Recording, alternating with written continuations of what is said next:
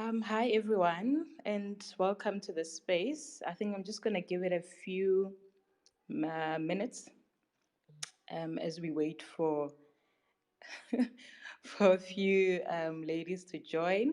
If you guys can hear me, just let me know if you can hear me. I don't know, with 100, a high five, anything. Okay, cool.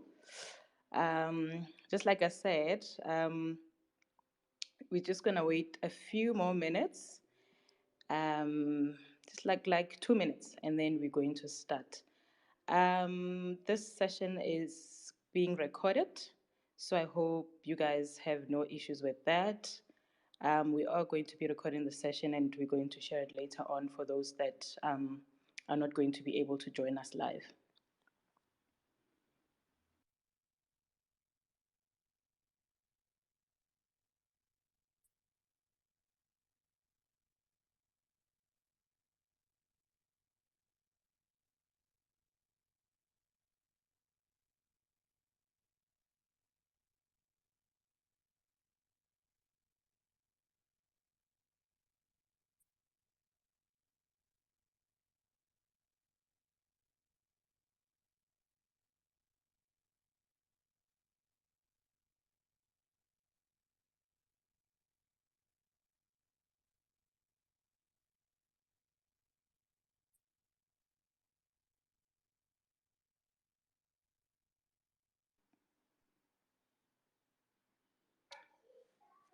Okay, cool. I think we can start. I'm trying to invite a few people as speakers, but I don't know what's going on. But I'll figure it out as we go along. Just like I said, thank you so much, guys, for making time for tonight. Following yesterday's space with EE, I mean, we celebrated 1 million users, a milestone with EE, hosted by Binky and Tez. And I'm not sure about you guys, but I was asking myself a few questions. And one of the questions I asked myself was, I wanted to know as to how many women, make up that million number of investors. And, in the morning, we received one of the newsletters. It was an ETF newsletter from EE. And that newsletter actually just stated that, only 27% of ETF investors are female. And I mean, I was a bit worried about that number. I'm not sure about you guys, but I think it is quite low. And I'm sure we're not going to be able to change things overnight. But I mean, it's been 27 years of democracy, I think. And, if less women are still not able to save, I think, we should be having conversations like this and just trying to find out where exactly the issue is, and, how can we change the narrative. I'm just going to quickly go through a few stats as we wait for people to join in. I see people are still joining in. But just to do a quick recap, most of you would remember last year, 10X released a survey, and this survey was just looking at, how ready would people be for retirement. And the results were quite scary and shocking, because I mean, they stated that about 50% of South Africans do not have a retirement plan. um, and the results, of course, were in line with Treasury's estimates.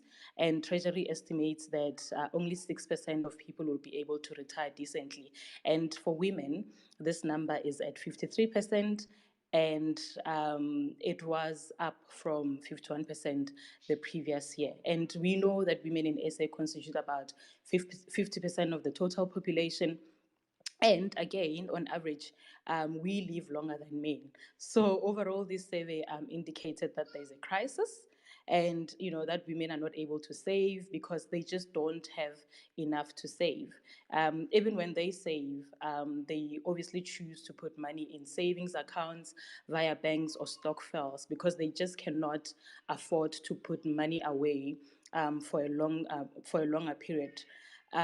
So just that's why tonight I figured, me and a few ladies, it's best that we can come together and just talk and just try to find a way in which we can start having these conversations. Obviously, I mean, like I said, we're not going to be able to change things overnight, but I believe that sessions like tonight are a great start.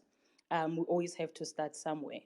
um, I'm sure there is a lot to talk about on this topic, but like as I said, as a start, we can't try and resolve like structural and legacy issues in one night, but we can start somewhere.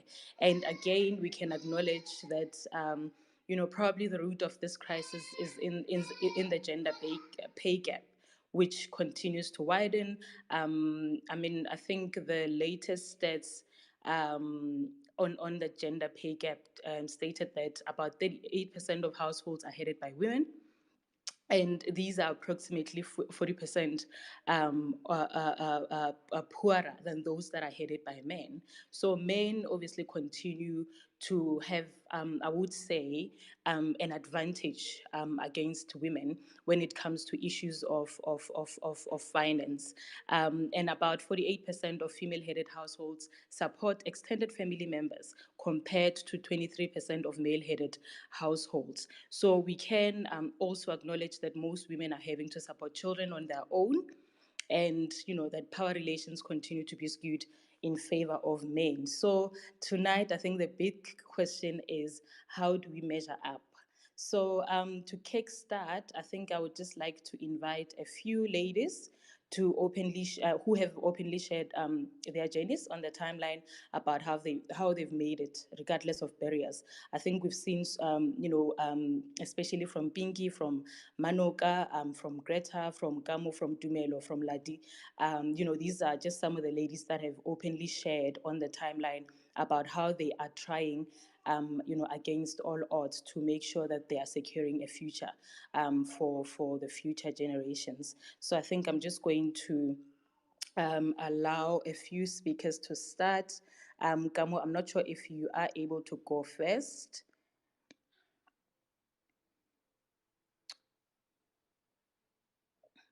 Gamo, can you hear me? Okay. Just gonna approve.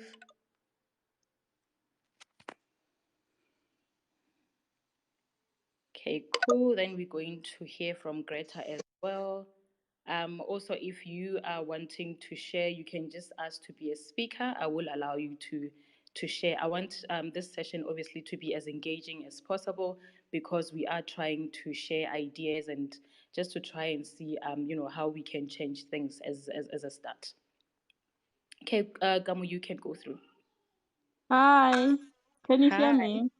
Yes, we can. Okay, good evening. How are you? We're good, and you? Good, thanks, and good evening to everyone. I'm just happy that we are here. Sorry, my voice is bad today because I was working from home. I never spoke to anyone. So I never spoke to anyone. So yeah. Um this is a topic close to my heart. This is a topic close to my heart, and I'm glad that we are starting the conversation. You know, because most of the time we suffer in our own little corners. We don't voice out our challenges, and we just try to be strong and live. So I'm glad that we're having this conversation. Um, I think before I even touch on how I have tried to make it despite all the challenges and barriers that we face as females in achieving our financial freedom, or you know or our FI numbers and stuff. I would like to actually just touch base on the background of the challenges that we actually face. I think most of you know I'm an attorney. Already in my sphere of profession, there's already challenges that I face as a Black person. And then, in addition to me being Black, I'm female. That's another disadvantage. Greta will attest to this. So I'm actually dealing with two disadvantages already. Being Black, being female, it's a mess. So that carries over and overlaps to all other areas of your life. Number one, career-wise, as females, we earn less than our male counterparts. We are expected to work more, 2 times or 5 times more than our male counterparts. You are constantly trying to prove yourself. You are constantly trying to prove your capabilities. Like it's a fight. Every day is a fight. You wake up, it's a fight every day, just trying to secure your space in the world, just trying to make a mark in your profession. Then, while we have that, not earning much, we have the responsibilities. As females, we are caregivers. We are nurturers by nature. So you have all these people that you have to take care of. You can't just like a chicken. You have to take care of all the chicks around you. You can't just let them starve and all that. We have that. That again also counts against you in my profession. I don't know with other people, because you go to a place, you're looking for work, and then they ask you, when are you planning to give birth? When are you planning to have kids? Even if you can complain like a headache at work, they will suspect. If your boss is male, they suspect, she's pregnant. Now, they all like your job is not safe. Your job is not safe in the private sector, in corporate. Your job is not safe as a female. So we have a problem of job security. That's the second part. Then, now coming to the topic at end, finance. You try to make something of you hear, okay, there's something called your fire number. You can actually retire early. You can do this, you can do that. And then you try to go into the space. It's male dominated. You look around you, it's male dominated. There's no representation at all. All the panels, it's males.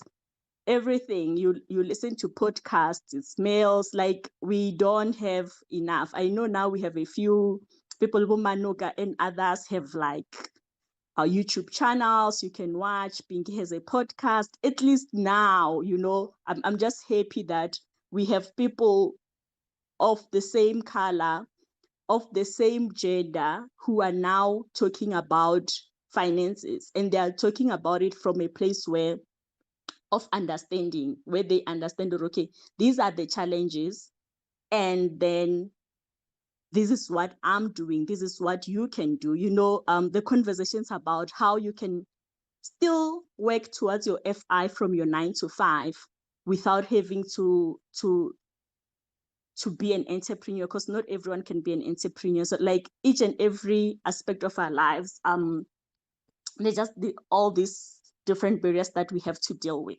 So I'm just happy that now we have people, females, great females, who are doing their thing in the space, and they are talking from a point where I think we can all relate. Because another thing that I think is a factor is that if a person is going to come and talk about an issue, but you are not from the same background, they don't have the same background as you, they're talking from a different background already, you are not on the same level. So you're going to struggle to actually connect. I don't know if that's the right word. You're actually going to struggle to connect and understand where they're coming from. And then that also gives you challenges in terms of implementation. So yeah, that's my submission on the background. I will add more as the conversation goes, and also add as to what I did on my side to try and deal with the challenges and the barriers at hand. Cool. Thank you so much, Gamu, for that background and for sharing.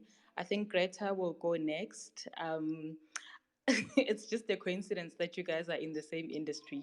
But I think, yeah, obviously, the more you guys talk, I think it's the more we will obviously get to understand the sector. I have invited a few people to come and speak, and you guys can accept so that we can have an experience from different sectors. It would be nice to have an experience from different sectors. Greta, you can go. Thank you, Mamo. Hi, everybody. This is Greta. As Mamo indicated, I'm also an attorney by profession. I've been in the fraternity now for about 10 years now.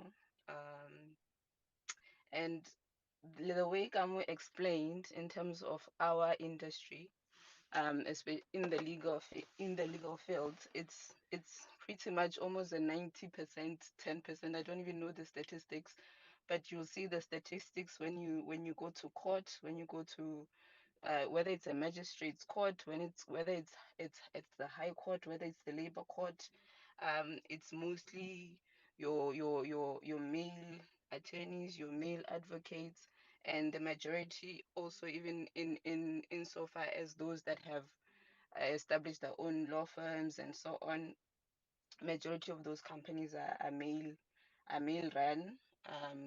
So already in that space, you find that you have to put in extra hours. I remember since I was a candidate, I used to work almost 7 days a week. I used to do a Monday to Sunday, almost every week.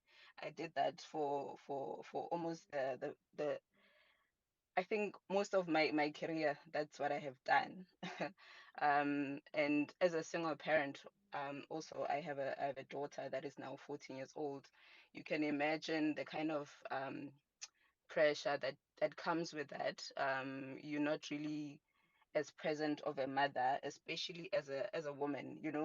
We are seen most of the time as caregivers and so on, and so not being present in your child's life then adds that kind of extra layer, because you are out there trying to make sure that you are creating a future for not just your child but also kind of your family at large.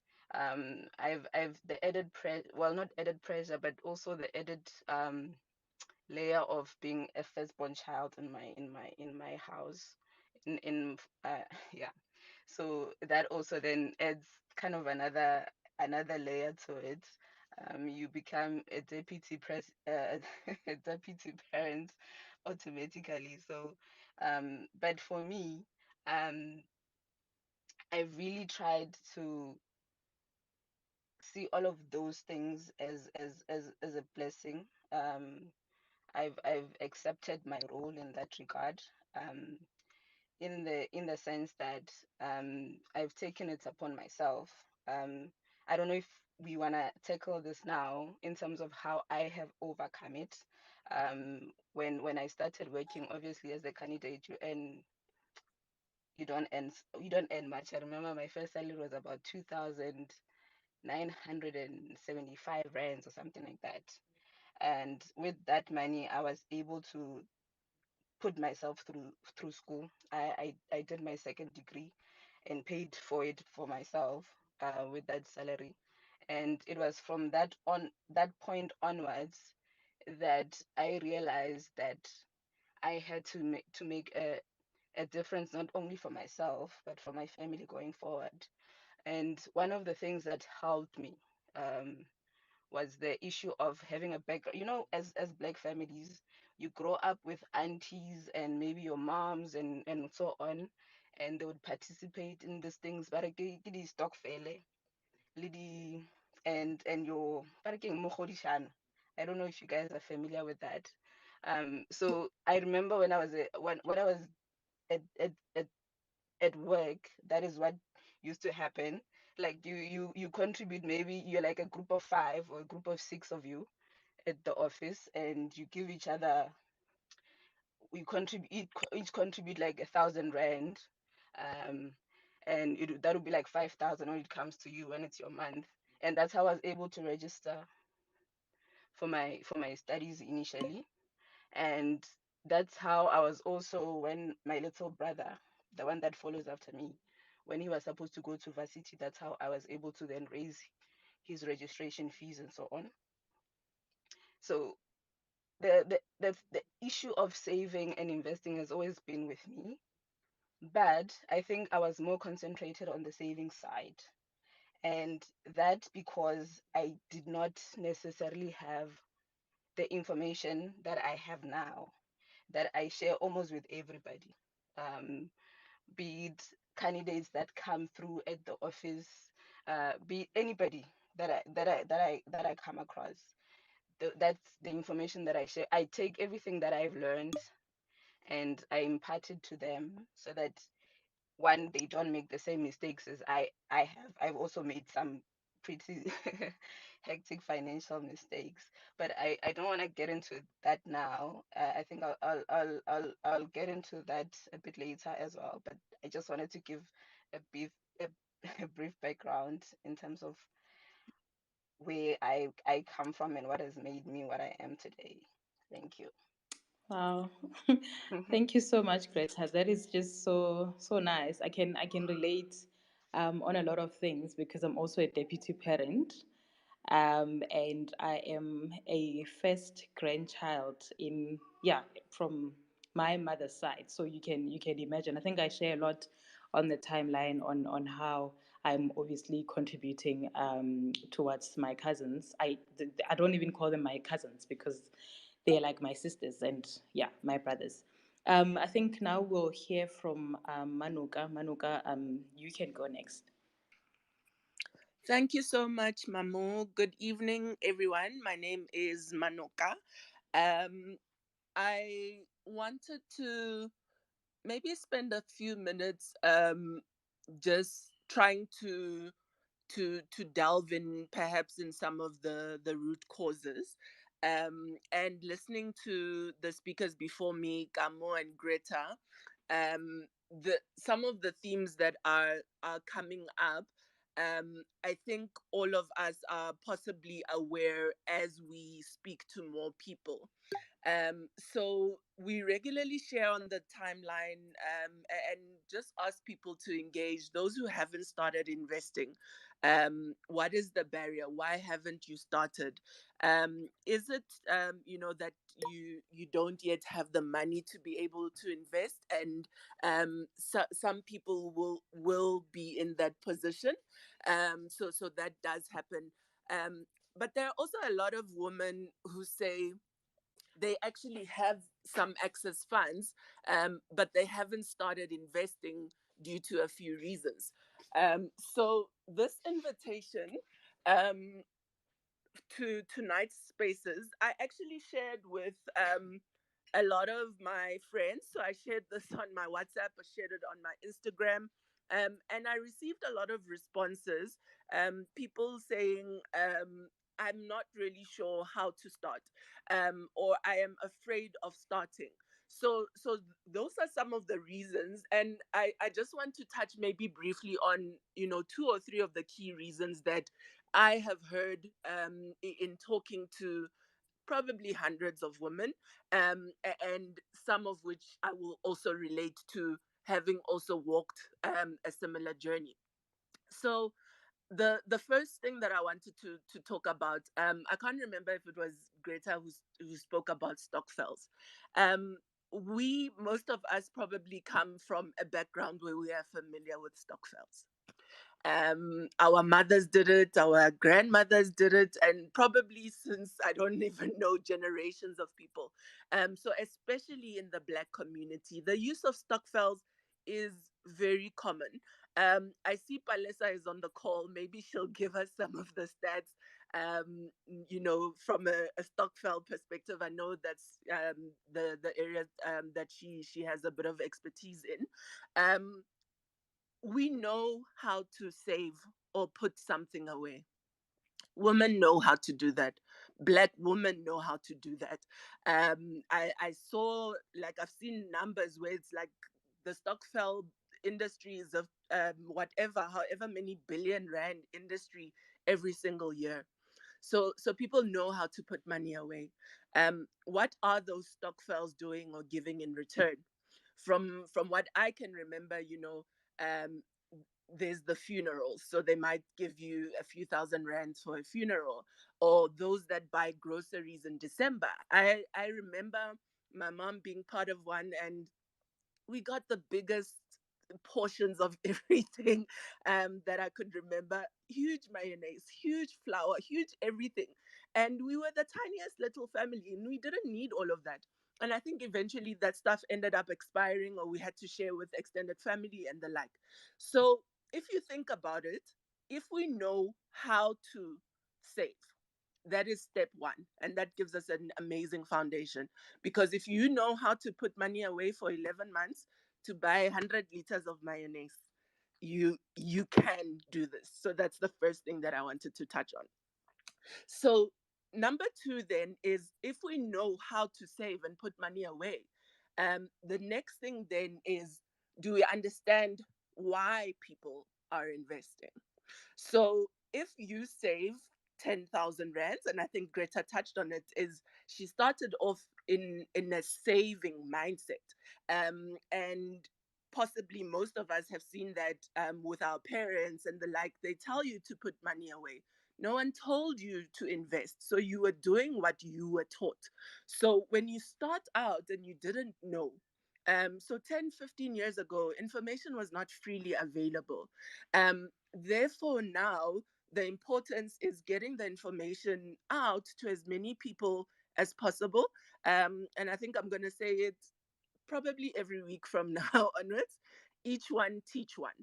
So if you know about investing and you've started, there's no reason why your friends shouldn't be investing, your family, everyone. So trying our best to pull each other up as we go along.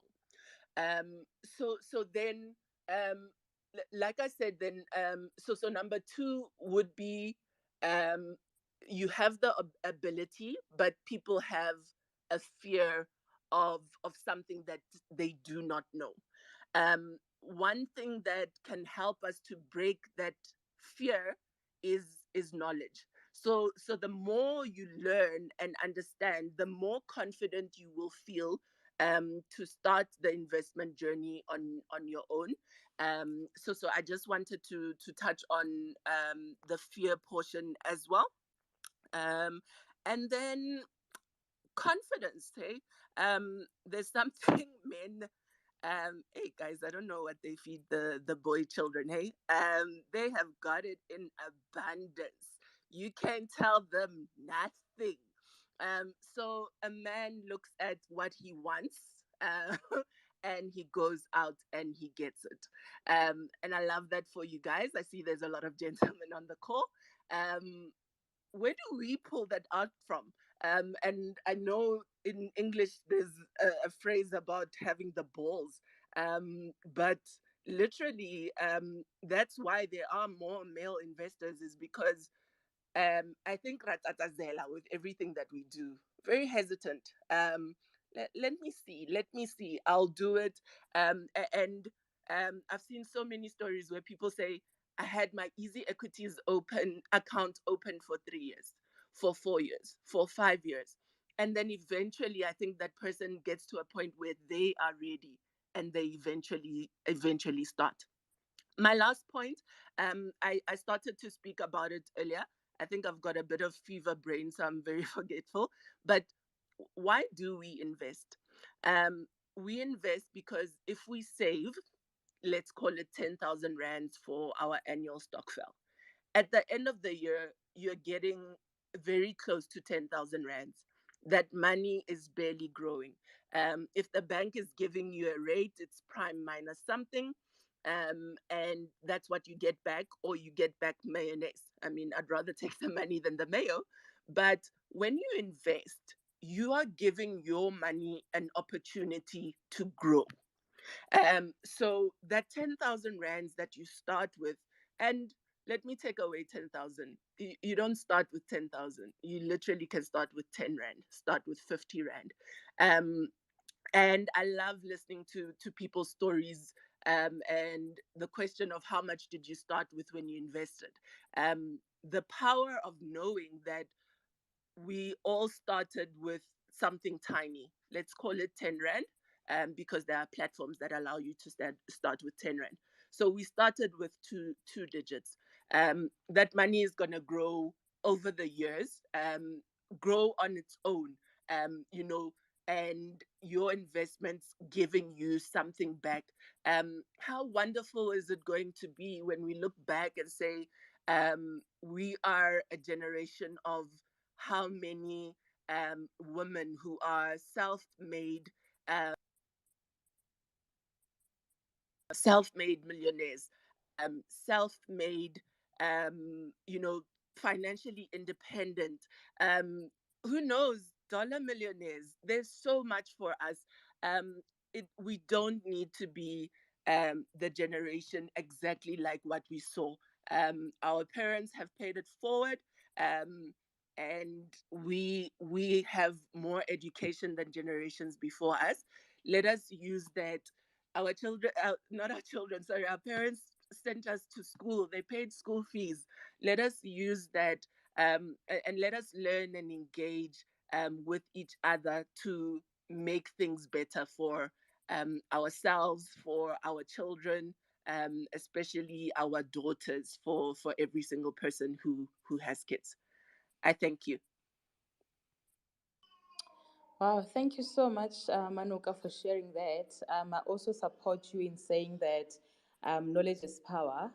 I mean, I was just saving when I started working.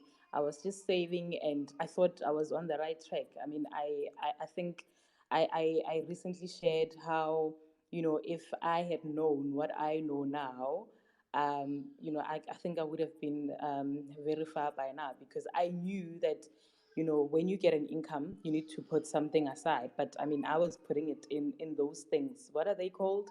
Annuities or whatever, for 5 years and 3 years, and just because my mom had the same products.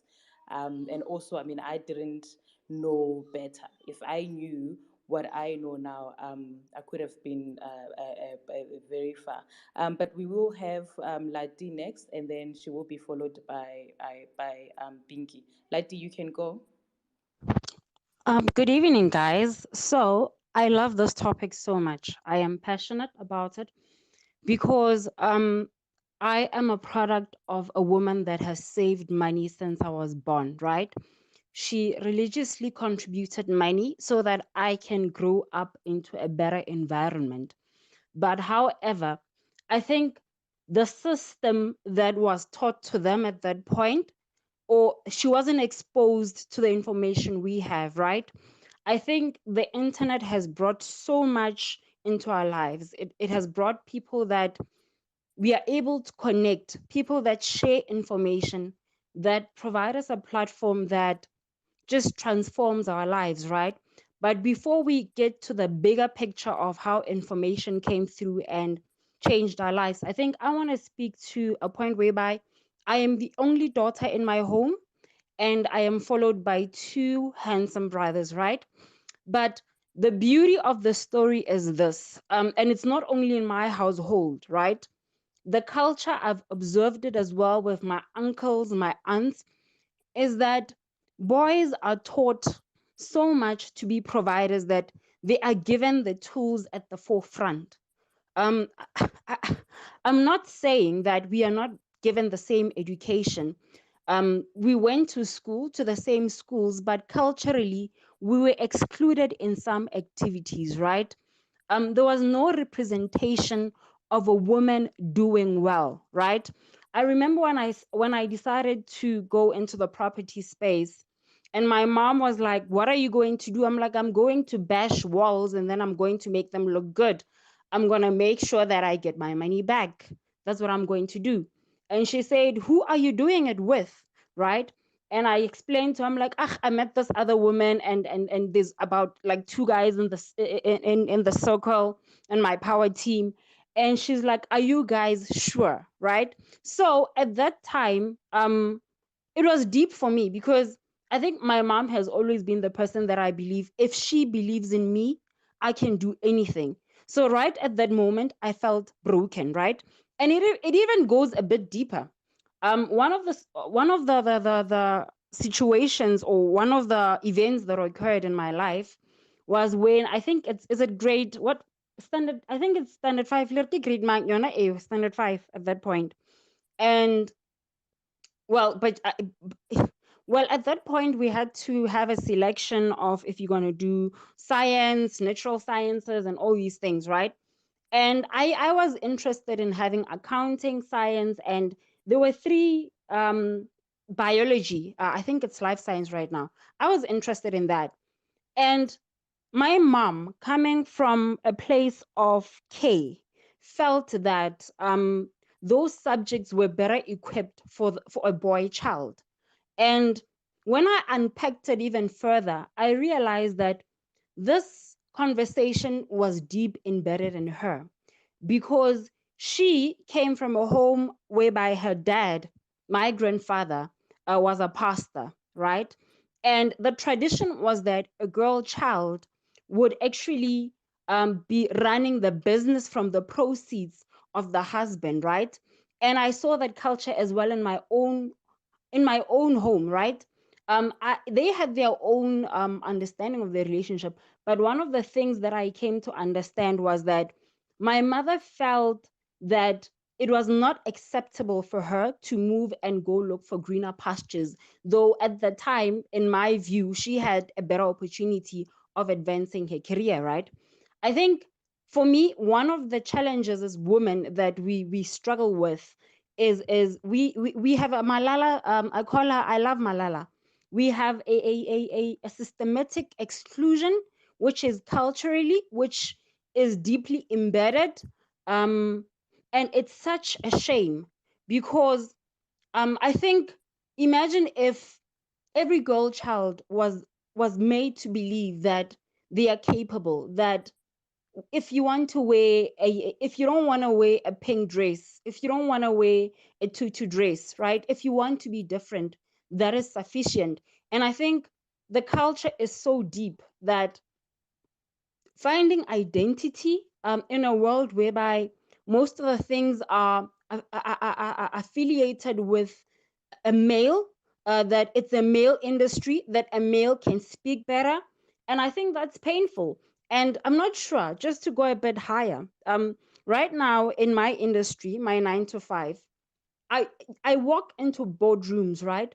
And you would find that on the table um, of the 10 people that are in the room, there's 2 to 3 women that are speaking to things that affect greater people. And of that community are mothers. And it's so sad that people cannot relate. They are making decisions alone, and it's hard to speak out, because the culture is, sometimes people forget that we are in a boardroom, right? It's a woman should be respectful. It becomes a conversation of, can we allow the woman to speak first? I think, as much as we are given preference, I think the mindset would be better if it's not give them the platform, but not the power, not the influence, not the recognition that they are capable of making decisions. And I think we talking about it. I always say that talking about things does improve, because when we are aware about such issues, I believe these gentlemen that are in the same room will actually take the opportunity as well to act against environments that are counterproductive to ensuring that women are impactful, and that we actually get to a point whereby we diminish these barriers to financial independence. Wow, thank you so much for that, Lati. I truly, truly support what you are saying, and that the more we talk, the more we share. It's the more obviously we'll get more people, especially women, to get on board, especially young women. So I mean, don't overestimate the power of the influence that you guys hold in, in your circles, in your families. The more you talk about, your journeys, the more the girl child can obviously ask questions and be curious and see it from you and decide that, okay, wow, this is also what I want for myself. I see Kelecho has just joined as a speaker. Not to say that I'm exposing her age, but as part of the young ones, I think she can also just share her journey and how her journey has been so far, especially from a young person's perspective. Kelecho, you can go through.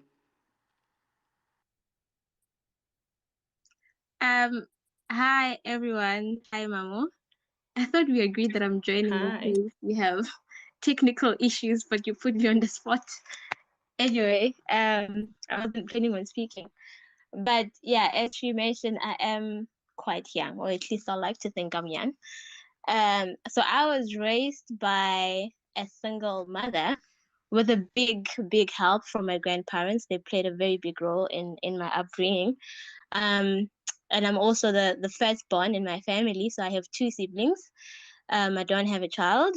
So I am a deputy parent, just like my big sister Greta. But I just wanted to mention that, like, one of the big challenges that I saw with my mother personally when I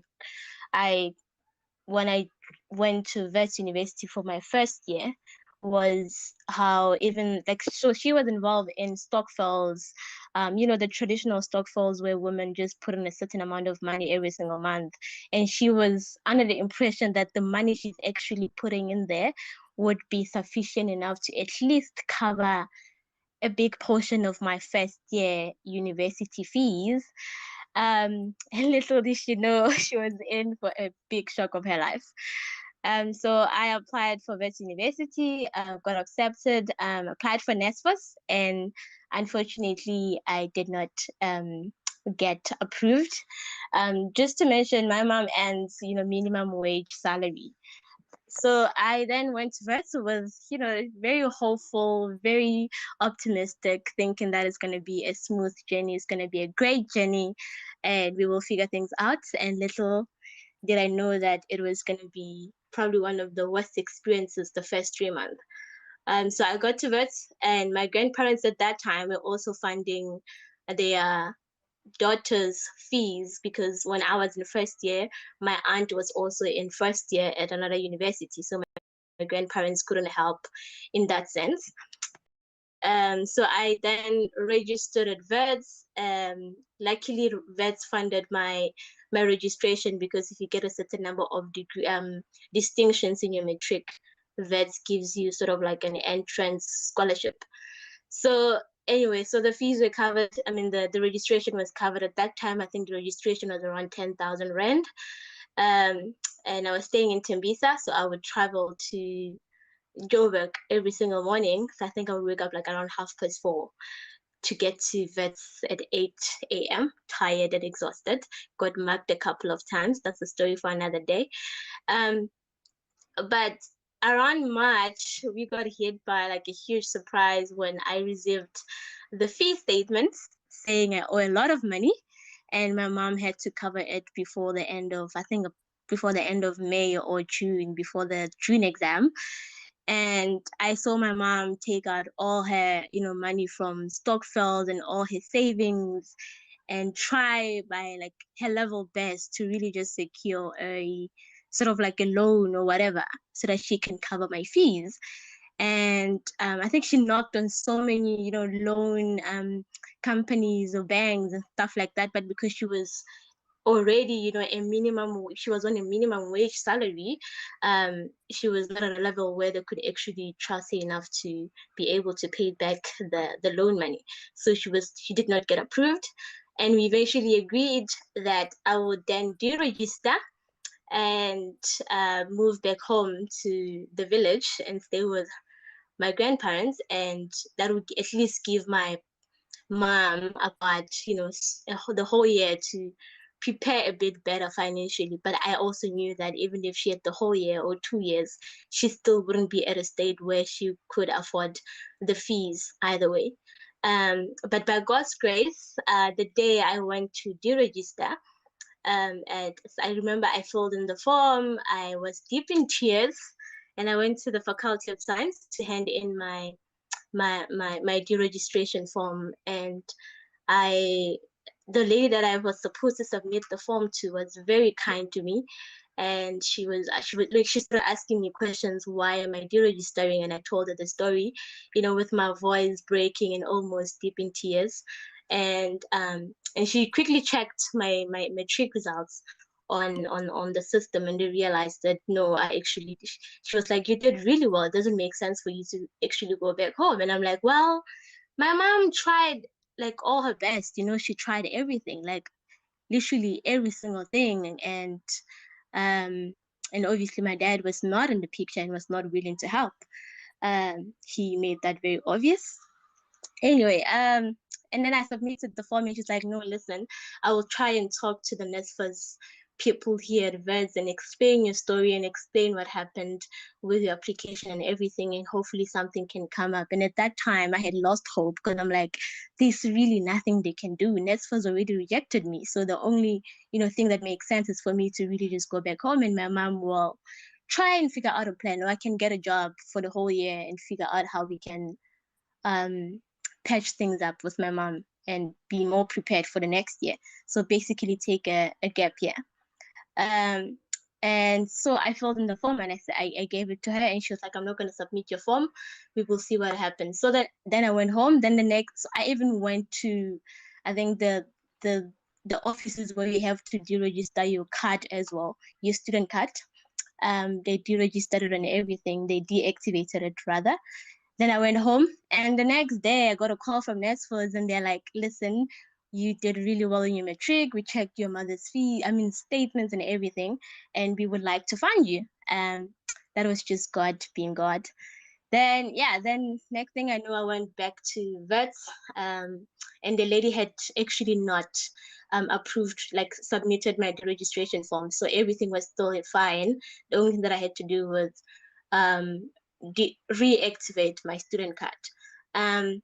But I think outside of all of that, it was I just saw how my own mother, as prepared as she thought she was, for my varsity time and for all the fees that she thought she would probably have to pay for, she was just not at a stage where she could actually afford them. And I guess one of the big issues is not just the fact that she wasn't earning enough, but it's also the fact that as a single parent, the burden becomes just way too much for one person.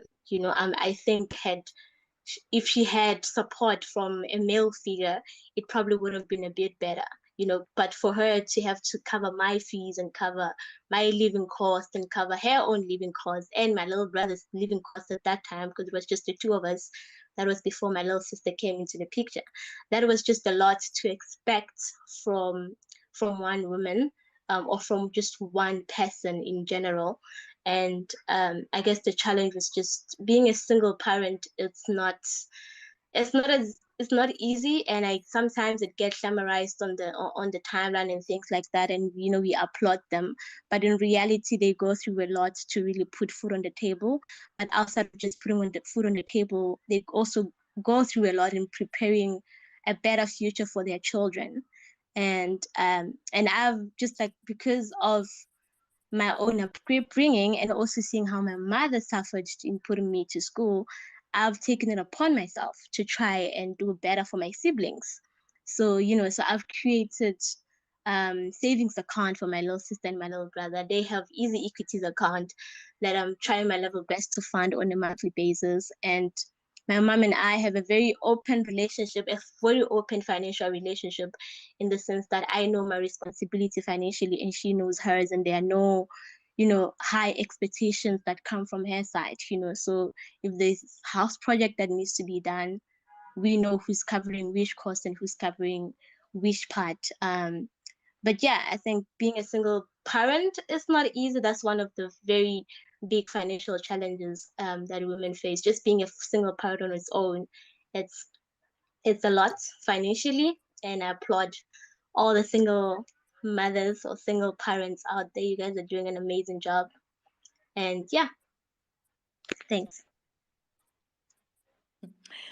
Thank you so much for sharing, and I'm glad that we have a few gentlemen on the call, listening in, and I mean, our hope is that going forward, they can also just try and make sure that they take away from us sharing the story, our stories, so that they can also try and see how they can help, in their families, and yeah, and so forth.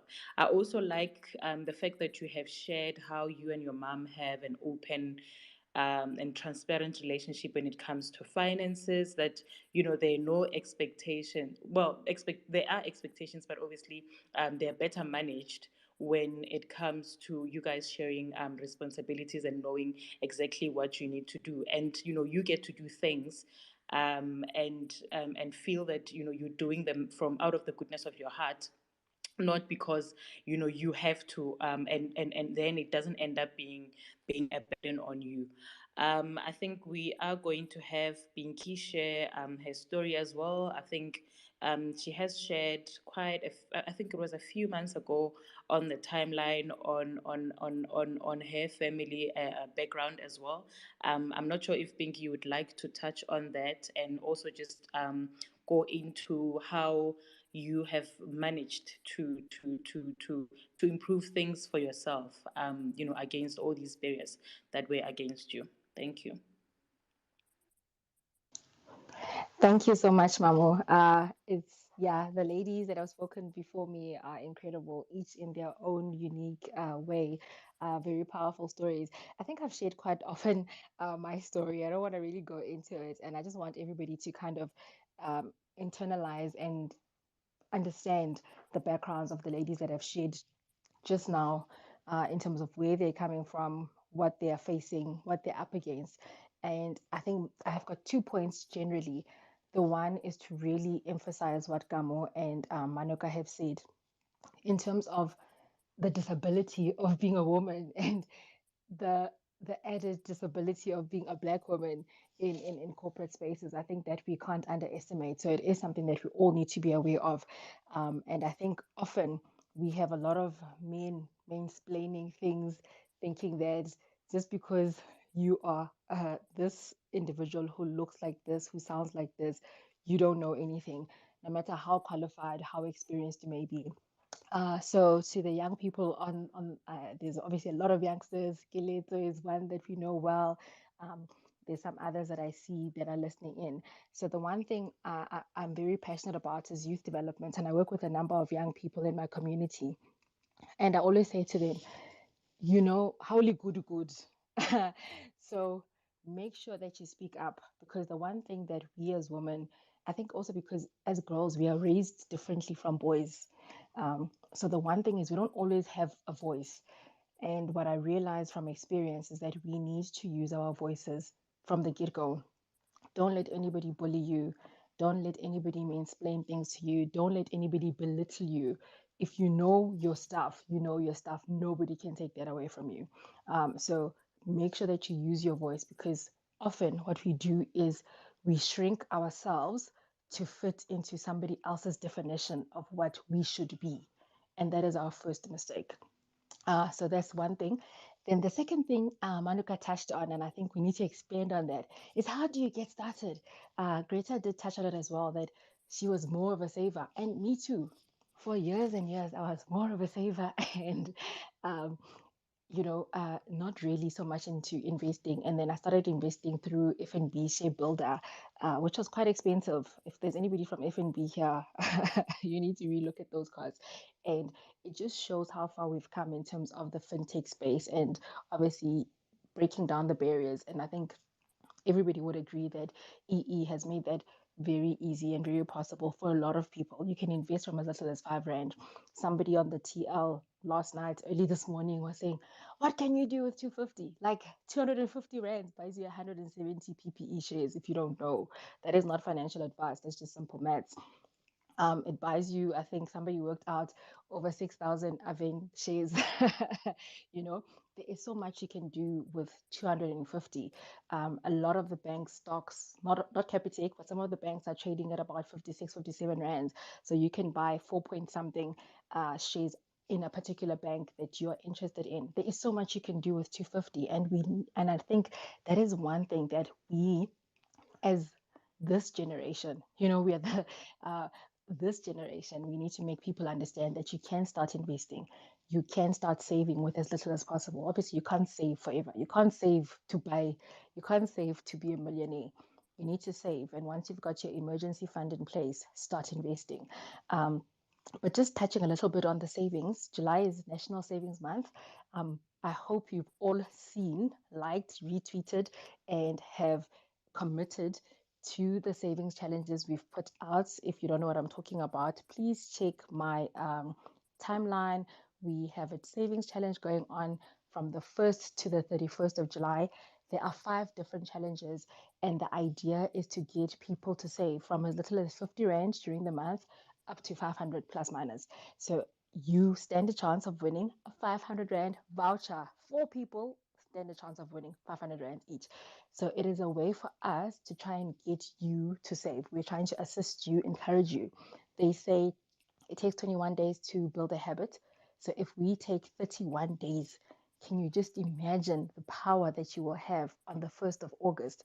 And I mean, compounding can do the rest. And you obviously then can take the 500 Rands plus the money that you've saved already and start your investing journey, because we want people to save, but more importantly, we want people to invest, to stay invested, and to build wealth for themselves and their families. So thank you so much for the opportunity. That's really what I wanted to say. Cool. Thank you so much for sharing. I think Gamu wants to go next, and then we can then maybe look into some of the solutions that we can propose in terms of starting out, in terms of like trying to contribute to changing how things are at the moment. Because at the end of the day, we can talk and talk and talk, but we need to propose solutions that we can put on the table and start implementing so that we can start seeing changes. Kamu, you're next. Hi, thank you. I'm just happy about all the points that the ladies have raised. I just want to add on what Greta and Manoka have touched on. I wish Bale can just please join in on this particular topic, because I think it goes to the core of what women have been doing for such a long time, and what can be done going forward to just deal with the challenges and the barriers that they are facing now, we are facing now to attain our financial independence. I just wanted to touch on stokvels. Greta started this saying that her mom was involved in stokvels, and that's how she went through school. I was reading on stokvels since yesterday. I was like, okay, let me just read on stokvels and find out what has been happening in that space. And the report that I read, it's a 2019-2020 report. It shows that there's about 11.5 million South Africans contributing to stokvels. And these are just ones that are formalized, that have bank accounts. And we know that there are so many stokvels in our circles where we don't have stokvel bank accounts. We just exchange monies hand to hand monthly. So there's that 11.5 million stock people that are contributing to stokvels, and it said that there's about 800,000 stokvels currently in the country, and then we contribute 45 billion to the GDP. So my issue with all this, it's great numbers. My problem was that every year from December, Jan, you'll hear someone from economic development, banks announcing this is how much the stokvels have contributed. They've contributed 45 billion towards the GDP, they'll say all nice things about stokvels. However, the people who are actually benefiting from this 45 billion, it's mostly your big retail stores, your big chain stores that sell groceries and stuff, because all the money is saved for 11 months of the year, and then it's spent in December, and there's nothing left. In January, we start again from scratch. The bank accounts are emptied. So my problem is the institutions, our government, everyone is just bragging about the numbers, but they're not doing anything about it. Because obviously, we all know that women can save. There's no problem with that. Even unemployed people, females, they are part of stokvels. However, what are we doing? What are the corporates doing? They're just taking credits, they're making money, the banks are making money from all these, FNB and others, they're making money, but they're not doing anything to actually educate the masses to say, listen, guys, yes, you have contributed this much, you have saved 45 million, this is how much your money has grown by. Like, there's no such thing. It's just a matter of them opening bank accounts for them, they contribute the money, and that's it. So I think the most challenging issue is on formalization and upscaling. If we can get to a point where we have these talks, and we get to a point where stokvels are formalized, already they have constitutions and all that. But then if we can get them to a point where they actually know that, instead of opening a stokvel account with FNB, you can actually invest your money in the JSE, where you would earn more returns. And then with that returns, you can actually take your kids to school, all that, so that we actually also kill the notion of what happened to Keletso, having to almost take a gap here because of financials. If we are using the tools that we have, what we know and understand, because women understand stokvels more. Our great-grandparents have been doing it. Every generation, even now, our generations, we are doing it. I'm involved in stokvels currently as well, and that's how I live and manage to pay for some of my expenses. So if we can then turn things around, and then get to a point where we formalize, we upscale, we can even have our mutual bank, sorry. We can even have our mutual bank from stokvels, So it's big numbers. I urge you guys to actually just a quick Google, you'll just see 45 billion rands every year. And this is a 2019-2020 report. I haven't seen anything for 2021. So we have that issue that we just need to get to formalize, to upscale and educate. I think the most important thing is to educate. And also, I don't know if I should talk more on these institutions and what they're doing in government and all that. I don't think it will help us much, but I'm just gonna say it. If there are people who are sitting in here listening, who are sitting in positions of power, who are helping our mothers coming to open those stokvel accounts, if you're able to actually just give them advice to say, Mama, there's this thing that you can actually do. Your stokvel can actually be registered, and then you can actually buy shares and earn more money than what you're going to earn from the bank. Please don't empty the bank account in December. Yes, we know December, there's groceries that need to be bought. Just take a portion of the money and leave the rest in that account. We can actually mobilize those to actually empower women and help them attain their financial independence. Use those stokvels to pay for school fees, use those stokvels to help people start businesses. It can actually help. It's a whole lot of money. 45 billion is a lot of money. We can achieve a lot if we can get to a point where we have this conversation. I think this is a start where we have these conversations and we formalize and upscale. My second point is savings. We don't have a problem with savings. I think savings come naturally, but then what information is out there? We just know, okay, you need to have savings. You save for rainy days, and that's it. There is not enough information about investment. We don't speak about investments a lot. If you speak to another female, it's like, oh, save for the apartment. Have you saved for Christmas? Have you saved for this?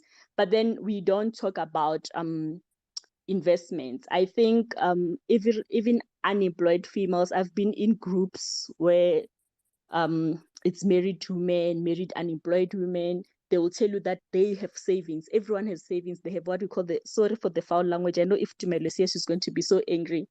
They call it their Fotsek account. They put money there. Like, everyone saves. Like, that is not a problem. So now, what is the problem? What are the financial challenges that we are facing as women? And what are our barriers to attaining our financial independence? Why can't we be financially independent? So that is an issue that we need to look at. We need to look at what can we do? I think now, from my point, what I've identified is that there is lack of information around financial independence. There's so much lack of information around FIRE. There's so much lack of information around investing and shares and all those things. There's only a few people who understand, or okay, there is shares, but then they don't even know how to go about it, how to go about investing in shares and all those things. And we know that buying shares, investing in property, and all those other investment instruments can actually help us in dealing with the challenges that we are facing and all the barriers. And then another issue is that lack of resources. I've realized that there's lack of resources, and so far now, yes, we are here. We are using Twitter as one of the mode of communication and spreading the message. But how far is our reach? We are not reaching as many people as we should be reaching.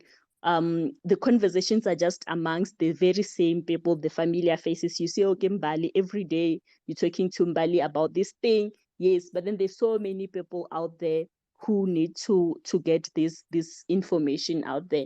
And then if it does happen that there is a workshop or an event where they seek to deal with financial challenges faced by women and staff, when you look at the panels, there isn't much representation. So how are you going from Senten going to Lobedu to speak to women about financial challenges? Because you don't even understand their challenges in the first place, you know. So it needs to be from a point where we deal with the representation issue. If you are constantly, I speak about finance daily, but then the spaces that I speak about finance, I'm always on male panels, white male panels and stuff. But then my reach is, I'm trying to reach women. Obviously, I'm not going to reach as many women. And then even my voice, I'm not going to be as vocal and convicted in my submissions as I would be if I'm sitting in a forum like this, where I know it's women and the men that are here are just here to support the women. You know, in that instances, we speak with conviction. So I feel like we need a whole lot of women in the financial space who will talk to us and actually guide us with understanding on what needs to happen and what we can do on our side. You know, it hasn't been long since I learned about something called FIRE. For those who don't know, it's Financial Independence Retire Early. And sometimes I think about FIRE, I'm like, okay, financial independence, retire early. Yes, it can work for certain people. But then from my observation, I don't know if scientists have proven it. I think women have a long life expectancy. So for us, if we are going to achieve our FIRE, our number should actually be higher because we're going to live longer. If we look at our great-grandparents, their life expectancy was way longer than their male counterparts. So if we are looking at that, we need to actually work 2 times more to attain our FIRE, and also maybe add in that calculation another times, add more months or more years in that. Because if you are planning to retire early, it means you must have really been working really, really, really hard in achieving that, and also putting more money than your male counterpart would put. And then it goes back to what I submitted before when we started to say, with what money? Because obviously now our salaries, we are compromised. We are earning less than our male counterparts. And we still have so much responsibilities with the little that we are getting. So that is a challenge that I need to put forth, so that we also think about it, wrap our minds around it, and also come up with solutions as to what is it that we are going to do. So myself, Eskamolo, what have I done? I just want to touch on that. What have I done? What I did is I lost my mother at the age of 23. I was working for a parastatal. And then I was like, okay, career-wise, I thought, okay, I've reached a ceiling. What am I going to do? I quit my job. I went and I did articles. I started from scratch. Obviously, I took a salary cut. I withdrew from my pension, used my money, obviously zero financial information as to what are the consequences for me withdrawing my pension and doing all that. The information wasn't readily available for me to actually understand. And I didn't have someone who can talk to me about these things. And then I worked at a law firm, a male-dominated law firm, where every day of my life, I felt that as females, we were just taken for granted. There was just so much prejudice against females. My boss hated females, like with passion. So it was the thing of, I know that I'm here to just get my articles of clerkship done and then get my admission as an attorney, and I'm out of here. And that happened. I got admitted, I worked for a few months. And then it got to a point where I was like, I'm so tired of the exclusions. On Fridays, it's just males there in a corner having their Friday drinks. You are excluded everywhere. It's just exclusion, exclusion, exclusion. And then that also works towards your self-esteem as well. You just feel like, okay, you're not good enough and things like that. So I actually decided, I quit my job. I think I shared about it, that I quit my job. I was unemployed for 2-3 months, just seated, doing nothing. And also, one of the motivating factors for me to quit my job at the time, I remember I was doing my master's and my boss didn't like that. He was like, you are always studying. Ning Ning, you were doing HD text. Today you are doing master. Like, you want to do all these courses where now, what's your problem? So I was just like, okay, fine, that's it. I'm just gonna quit. So I quit, obviously, and then stayed unemployed, no plan, nothing. And then one day we seated with a group of friends, we met up, we discussed our challenges, and we were like, why not do our own thing? Let's do our own thing. Let's have a female-owned law firm where we will only employ females. So we have our own law firm. This is our 6th year. We only employ females. We don't have males in our business. And that's what we decided to do, to say, okay, this is what we are doing. And then we are going to do things our way. And a whole lot of people told us, you're not gonna last, you're gonna fight. You know, females, you have issues, the emotions and all that. You're not gonna make it. And then we were like, okay, we're gonna work harder. We're gonna prove them otherwise. And the reason why I'm telling this story is that I want us to actually use the same conviction in dealing with the financial issues as well. Because if you're able to apply it in your career, I know most of us, if you're working with males, they always felt like, when a Pinky, you're nothing, you're not gonna get that position, and you ended up getting that position. You worked so hard, and whatever the things that they were saying about you motivated you to work so hard, so that you are, at the end, you end up being their supervisor or whatever. So let's use that conviction in the financial spaces as well.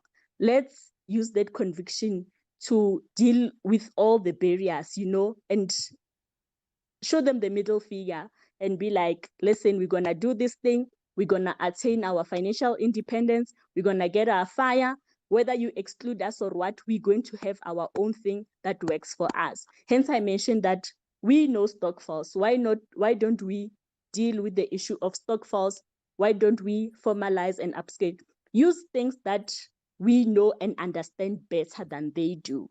So to empower ourselves. So that's what I have done. And also I decided, since I'd always loved saving and I didn't understand investment, the minute I started investing and I understood what investments are about, I started tweeting vocally about it on the timeline. So this is like I share every day and I learn every day from others and I connect with other people. And I'm one person, I'm sure you've all noticed, I don't shy away from asking questions. If I don't understand, I tell you, explain to me in a layman's terms. And that's who I am.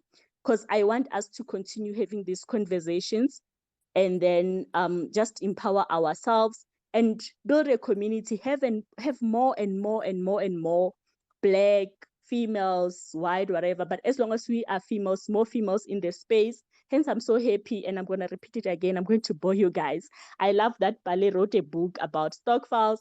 Pinky has a podcast, at least now, where I can listen to a Black female, talking on a podcast about issues that I understand. Abu Manuka have their YouTube videos and everyone else who are tweeting, sharing their stories. And then you get to understand, say, oh, okay, this is something that I can actually relate to, and this is something that I can implement in my life and in my space. So let's not shy away from having this discussion and actually work towards our financial independence. I think it starts with us. Let's walk the talk. Let's invest. Let's talk about these investments. What are they? How do I get better at it? If Pinky posts that she's reached 6 figures, Pinky must show us, how did you reach the 6 figures? Take us with you so that we also get the 6 figures that you have. We can't just have 6 figures alone and then we praise you, we clap hands, and then we move along. No, we need to get to a point where we take other people with us. We get to that 6 figures, all of us. So let's do that. And then also, I think I need to emphasize this and mention it.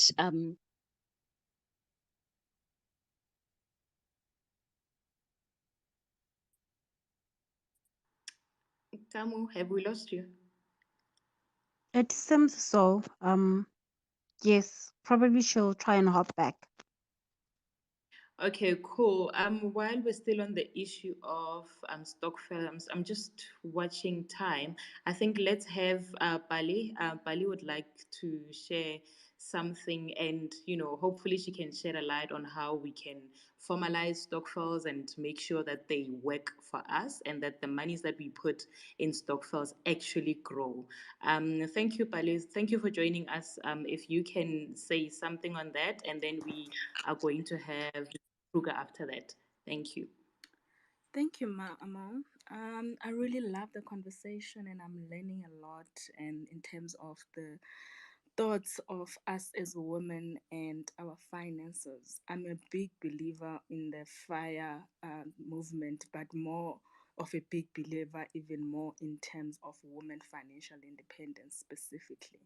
So I like specifically around stokvels and women. So we already know from a historical perspective that women and saving is not a new thing, and naturally, women being able to save or being the financial manager of household almost comes naturally just from how we grew up, how most of us would rather go to our moms when it comes to asking for money or talking about money, and the moms always having an extra something when it comes to cash. So it's not a matter of women not being good with money that we agree on already, and secondly, it's not a matter of women not being able to save. Yes, we only into I think only the 50th year in South Africa where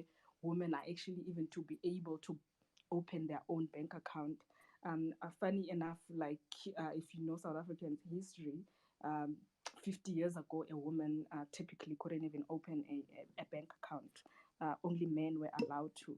So we are moving into the right direction as women when it comes to our finances. As much as we are acknowledging our history, and it's the same thing specific with Stokvels also. Um, it's been a very slow progression in terms of saving and from saving to consuming to investing, and it's a constant fight of, okay, how do we move these great institutions to almost align to what's happening right now in terms of investing and impacting the different sectors of the economy. But because Stokvels they are divided in such sectional LMS areas in terms of um, a lot of them are based in rural areas, for example, and you have to think about it very realistically also. For example, like when I was doing research about 2 years ago, if you had found out like how many people, for example, that are in Stokvels that are on social media, and they don't have the access of financial education or financial information that we typically have, you'd find that they actually don't. But as Gamo, I think, has already said, the institutions are not really helping in the slow progression of getting Stokvels to move from consumers to more than just savings vehicle, but to also being investing vehicles. For example, a typical bank can say, okay, it's great that you have a bank account with us and you are saving and we're giving you this 3%.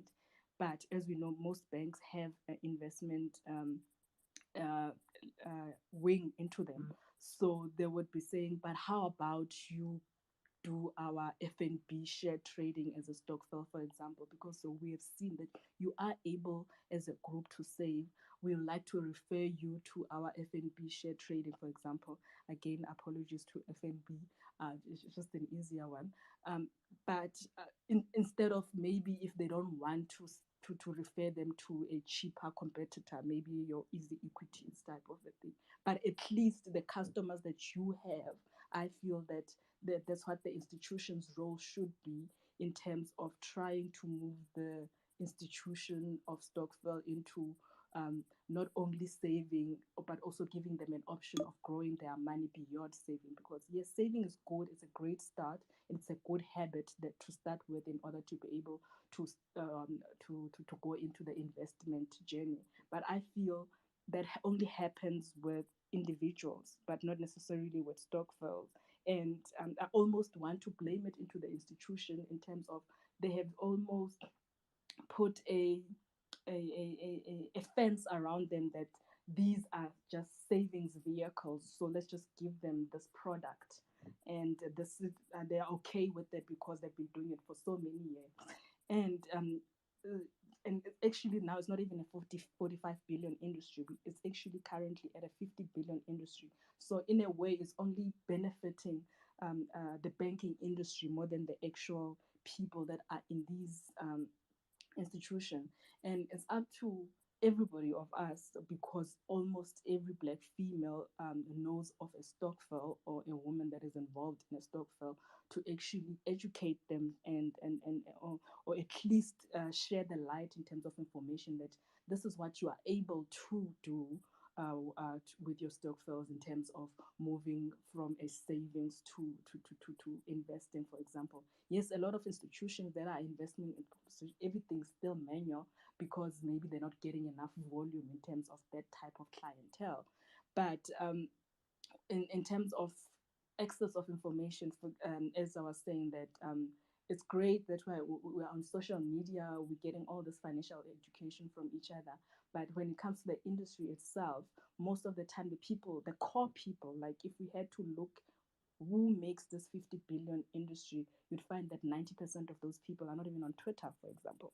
They are there, and that's why most of the time, for me specifically, I'm not a big Twitter of contributor when it comes to Stokvels, because I know a lot of audiences of that I'm trying to impact are not necessarily on this platform, but I also feel that we in this platform, because of where the direction the industry is going in terms of formalizing the Stokvel, in terms of who is involved now in Stokvels. Like last year's report was showing that there's more professionals, more entrepreneurs that are collaborating and crowdfunding, and all which is just a Stokvel that went to private school crowdfunding, and putting money together in order to invest. So which means also the LSM is also increasing. It's no more just the people that are just saving for the basics. It's for people that are saving to invest, for example, or saving to buy a business, or saving to fund a business, but they are stock filling in order to raise that capital, for example.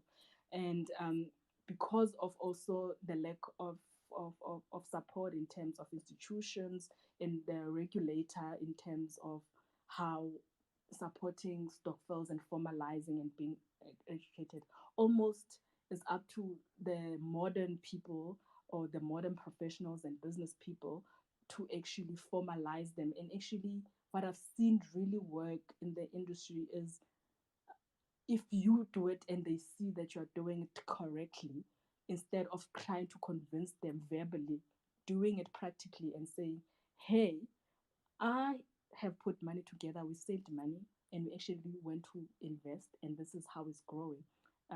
Then other Stokvels tend to learn from that and say, actually, we would like to do that. And those are open minded people that are already investing. But when it comes to a person that is not on Twitter, for example, a person in the rural areas that is just saving for grocery, for example, when you come to them and say, how about you stop what you are doing and just go invest? It's not as simple as that. You actually have to almost as Stokvel people don't like being disturbed in whatever they're doing, especially the grocery ones and the funeral type of Stokvels. So you would be like, okay, I understand what you're doing. You're doing what you've been doing all historically of the years, and it's been working for you. But how about take 10% of what you are contributing and put it into investments, and then continue buying your groceries and then see how it is. I've tried this about 5 years ago with some groups in the rural areas. And then they were like, okay, let's try this thing, but our money is going to be eaten and whatever. And that was when Easy Equities was coming into place, or I was started accepting Stokvels. And then we were like, okay, see now, after a year, then they're seeing, oh my goodness, we only allocated 10%, but our money is actually growing. Let's just leave this thing of buying groceries and make money. So they actually had to see first that this thing works before actually leaving their grocery thing, so that they don't come out of that shock of their grocery Stokvel mind and what they've been doing for many years, at the comfort of living what has been working for them. So it depends on the industry, on the type of audience we're dealing with when it comes to the industry. But most importantly, what's emerging is the impact that Stokvels are making in different economies, because they are formalizing, and it seems to be working, especially with professionals and businesses, where Stokvels are turning into cooperatives, or Stokvels are turning into a trust, or Stokvels are converting into a PTY. They just used the Stokvel to raise capital and then to be able to buy assets, whether it's being shares or businesses or property. And that formalizing them has also is also eliminating a lot of scams, which had invaded the industry a lot. Because now when you formalize to a particular legal entity, you have to go according to the acts and the regulation of that particular entity that you have chosen. So basically, yeah, that is my 5 cents into this matter. Thank you, Mamo. Wow, thank you so much for sharing that. I'm just so happy that there is progress, especially in the Stokvel space. Just continue doing the work that you do and just be patient. I know how Stokvel people are. I mean, I used to go collect money for my mom, and I would have to carry the cash and come back with it home. So I know just how, like, you can't tell them anything when it comes to their stokvel money. I'm glad that things are changing and that we are making progress. I think I see Lati wants to say something, and then we're going to have Miss Kruger, and then there is Ayanda. To the audience as well, if you would like to say something, just request to be a speaker. The conversation is really open to anyone that would like to contribute. Lati, you can go, and then we'll have Miss Kruger.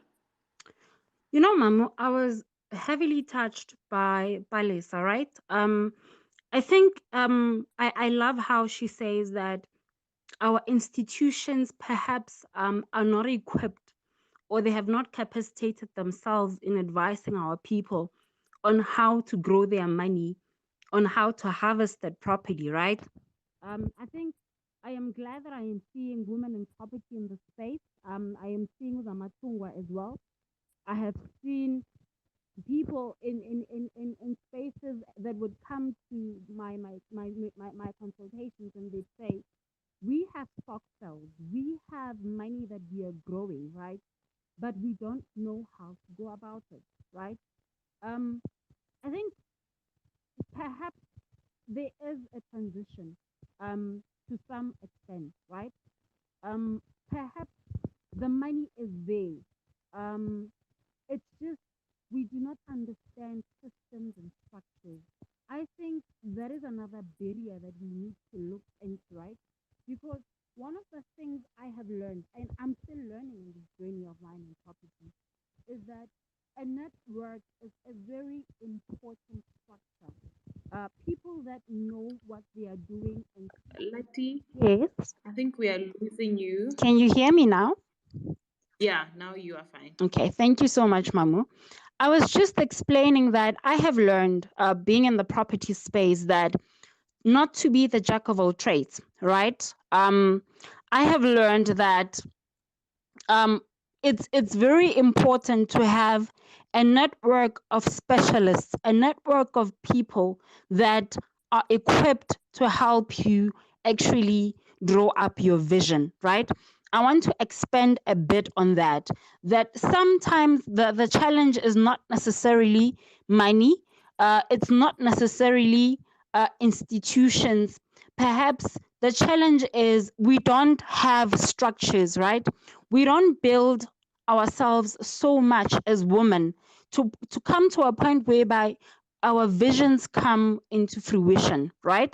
I love what Gamu said. She said, they saw a gap. I mean, they were uncomfortable in a male-dominated law fraternity, and they felt that this needs to change. And I am here to say that in my experience, even in property, we as women are going through the same thing, whereby there is so little representation of women. I know the stats say that most of the people that are buying homes right now are women, right? But I think we need to understand there's a difference between property investing and having it as your home, whereby you want to harbor your kids and raise your family, right? I think I would love it more to see women come through and actually make an impact in the property space, right? Because I feel that women are capable. I feel that women need to know better. And I am glad. I don't even want to be remiss. I know of great women such as Uslindile Sejani as well, that she speaks of property stock sales as well. I am blessed to have Palisa come to the space and say, listen, there is money out there, but people are not accepting of the advices I would give out. And I think that brings on to the second point that I want to touch on, is the relationship we have with money. The culture that we have with money goes so deep that we don't understand the impact of it, right? The reason why perhaps we are seeing this culture continually grow and grow is because we have become consumers more than producers, right? We speak of consumption in our culture as though we have achieved so much. And I think perhaps we should start praising things that are a bit different. We should build a culture of not only speaking about financial independence on Twitter. I think we need more representation. It's taking time. Um, it's taking so much time. It's a pity that it's taking time, but we need women that can actually go like, I am a diggity bomb woman. I can do this. I am in it, beyond doubt, beyond conflict, beyond all these barriers that we are identifying. And I think in the same space, we need women that are generous and kind to one another, right? Yes, I've seen women do it, but I think the pool needs to be greater. We need women that extend a hand to another woman and say, how do I do it? You know, I think I always say that I give because I was freely given. And people sometimes would ask, why do you give freely? I think if you freely give, it gives you the opportunity to freely receive. And in that way, you have such an abundant mindset. And there is nothing greater as that, realizing that there is enough for every single woman out there. Another woman becoming great does not in any manner, does not reduce your capacity to live out your vision. It doesn't in any manner take away the opportunity for you to actually even grow better. And I think the other thing that is great is to understand what your love, what your passion is. Um, do not become conflicted because someone else dreams bigger. I always say, stay in your lane. I think we are all going to our own destination and it's going to be beautiful. But I think greater than that, be someone's and be someone else's angel, be someone else's hand. Show them. Don't say it can be done. Don't become, as Gamu highlighted, don't become, I have 1 million, guys. I'm a millionaire. I am Pinky. I am 7 figures. I think bigger than that, just show people how. Don't say, I have done it. Say, this is how it's done. And you'll see how much more space there is for you to expand. Because when you teach, you learn best. Wow. So powerful. So far I am seeing a lot of themes coming through in terms of the solutions that we are putting forward. I think the biggest one is education and just access to information. Especially Palisa touched on it, especially for people that are not necessarily in spaces that we are in, like your Twitter or social media.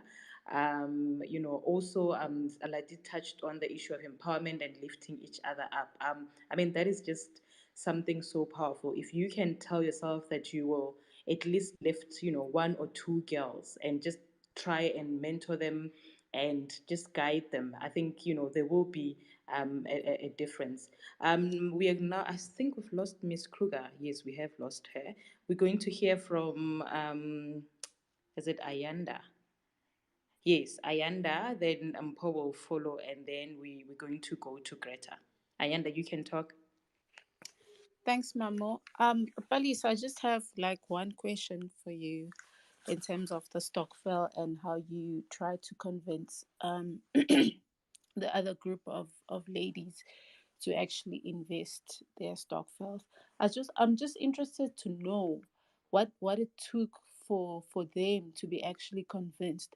I'm asking this because nowadays it's really hard to educate someone who is so fixated into their old way of doing things, especially someone who's used to doing things the Stockfell way. And this has become the case because nowadays we have a lot of scammers out there. You have like both your forex people saying, give me money, I'm going to invest money for you, it'll triple within a month or within a week, things like that. And I've learned that a lot of people have become so skeptical about giving their money away, or being educated, or letting anyone come into their space and telling them about how to manage money or how to invest money. And I don't blame them, because really a lot of people have cried trying to trying to make their lives better, only to bump into a criminal that was just willing to take everything that they've worked hard for. So I'm really interested to know how you went about doing it. All right. Thank you for that question, and those are very valid and very true. Honestly, I think most of the time, as financial educators or financial coaches or whatever these days people call themselves in terms of educating people, is we tend to impose our in inverted commas woke opinions on people, and without really putting ourselves in their shoes, because we are privileged. So most of the time you have to put yourself in people's shoes, and I've learned this specifically because the Stockfell industry, 80% or 90% of us is because it's lower LSM. So I can't go them with telling them, say, oh, you know what, lona le reka grocery ke le sa invest. Like with that type of attitude, obviously they won't come into trust in trusting you. But you have to show them that there is lack of information from them specifically, because before education, and I know a lot of people disagree with terms of financial inclusion. Before education, there's an issue in South Africa that is still going on, especially on lower LSM, of financial inclusion, and it mostly around language, number one, and then number two, it's around the lack of information. A lot of people maybe might not necessarily have the invest.com or investopedia to access to, or just a Google to check something how it is. They actually need somebody to go take that information and break it down to them, and that is number one. Now the tick of access to information, you have done that.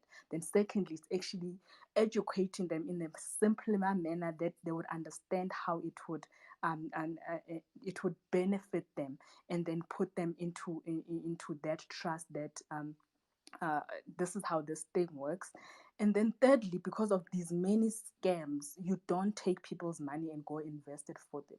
You rather take them to the institution where you say, okay, I'm taking you to Easy Equities, for example. Let Easy Equities be the one that assists you. I'm just referring you to be there. I don't want you to give me the money. Get Easy Equities to be the one they do it. This is how they do it. What I can help you is what they will want, ID and all that. And that's how specifically you would deal with those people in terms of getting into them, to getting into the space. And I feel it shouldn't be a financial educators or financial wellness consultant type of a job. It should be a almost part of a consumer education of an institution, to be able to say, hey, we're also looking for people that are doing this in groups. We'll be able to collect your IDs and everything because we are FSB approved, and this is how we can help you. But because it just doesn't reach enough to all the masses, you taking upon yourself to educate, and lack of information. What I think Manuka touched on is fear. And a lot of people, is not because they are fearful of scams. It's because, specifically in Stockfells, it's because of lack of information. Once you give people of information and education, they are more willing to explore what you have given them. But in order to put them,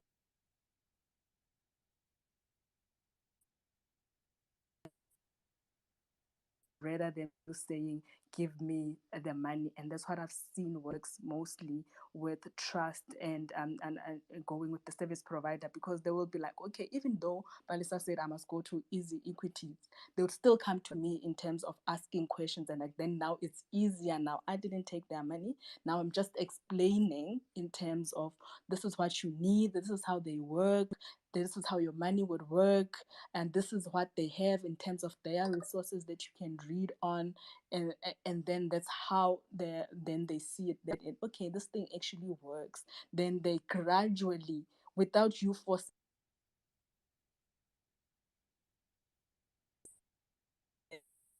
actually benefiting them. Unfortunately, it's a let me try it first and see at first, and then when it works, and then I know a Stockfell that has just totally stopped trying to buy groceries and is actually a full investment club now.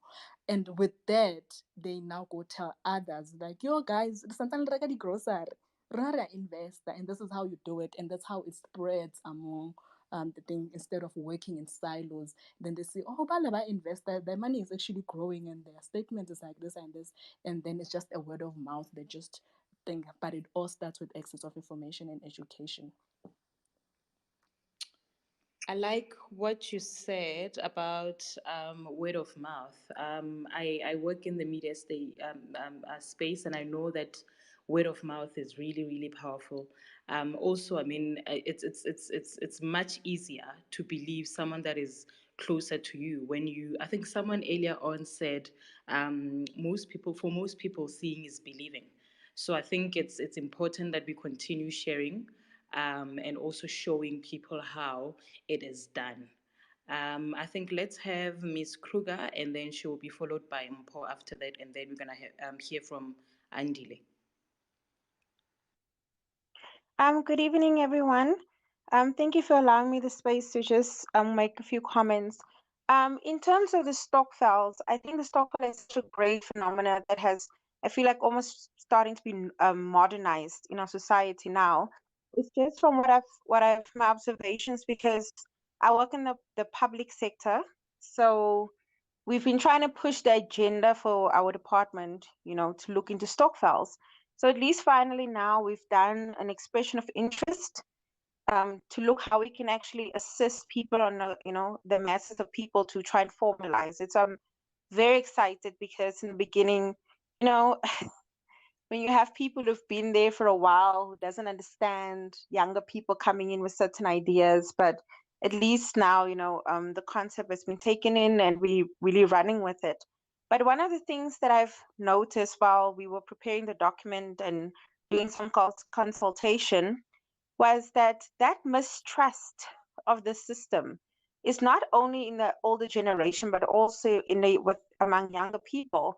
And I think as a researcher, for me, I think I drew it down to the whole layman's knowledge and scientific knowledge, because a lot of us, and I even had to do some self-introspection, and I realized why I have certain financial habits, and it was learned behavior.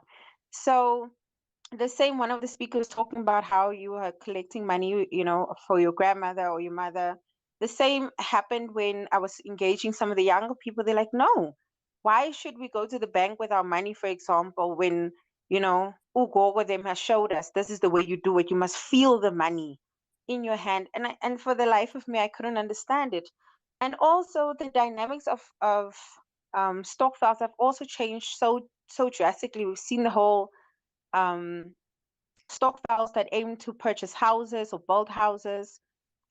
I remember my nanny told me she's in a Stokvel. There are over 200 people, and I remember I asked her for the gentleman's number was managing it, because I was so interested, and I was interested because she said you can contribute from 50 rand to 10,000 rand a month, and when it's your turn, it's your turn. But unfortunately, the gentleman wasn't willing to share much information on that. So in terms of that, I think there is so much room to really do empirical research, to really try and find out, because I think with these institutions, I know Nedbank, they have a subscription fee of 500 Rand, to open a Stokvel account, which is really exciting. But I think because Stokvels are so different in nature, a lot of research needs to be done, especially on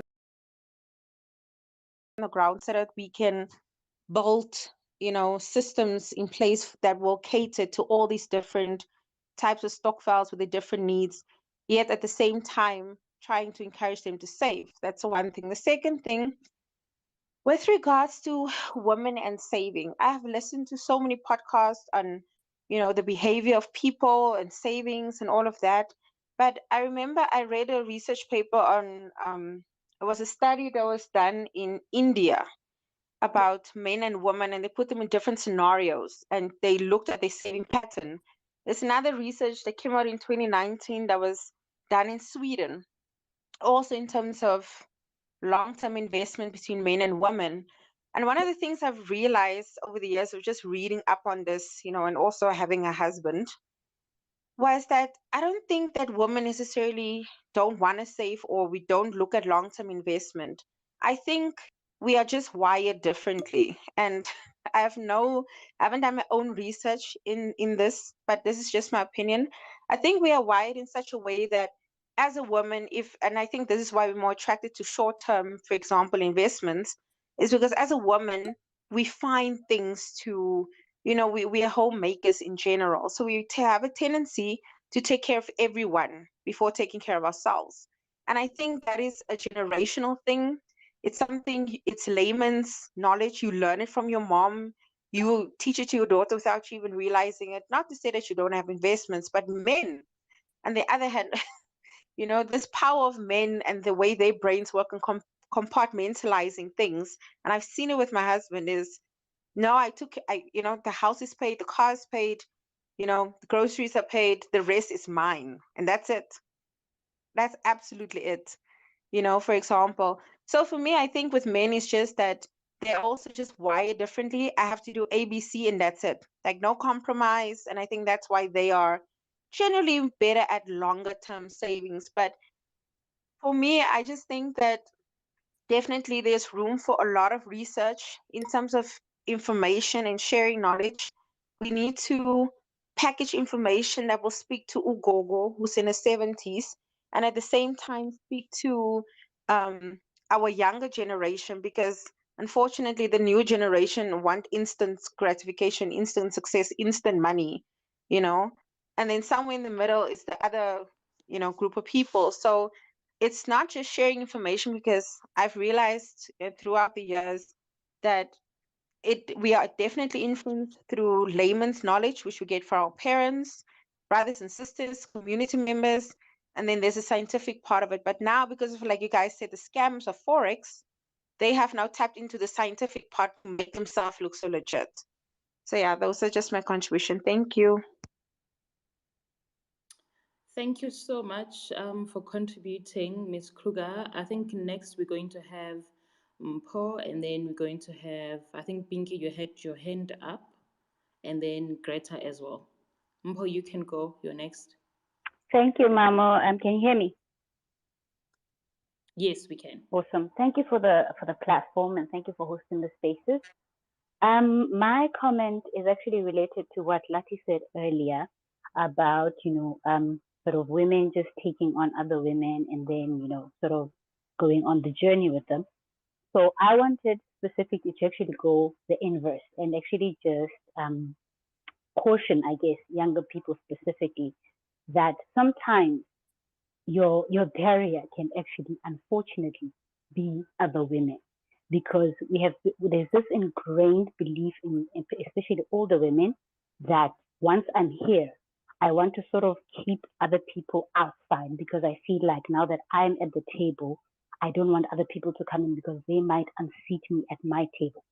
So for example, I remember when I was still starting out, one year, we all got our increase letters. And I remember other people speaking about the percentage that they got, and I had gotten a lower percentage, and I was like, okay, why, And then I started asking people and asking people. At first, I thought it was a race thing, because the team was a majority Caucasian. So I thought, okay, maybe it's a race thing. But I asked two other gentlemen who were, African, of African descent, to ask them, okay, what did you guys get? And then they had a higher percentage than I did. So I was like, okay, I don't understand what's going on. And I was the only black female, right? So then I went to my supervisor, our manager, who was a female, and I asked, what happened? I asked the people, and we're not even supposed to discuss, HR policies. You're not supposed to discuss your salaries or whatever. But I was so if that I was like, I need to understand what's going on.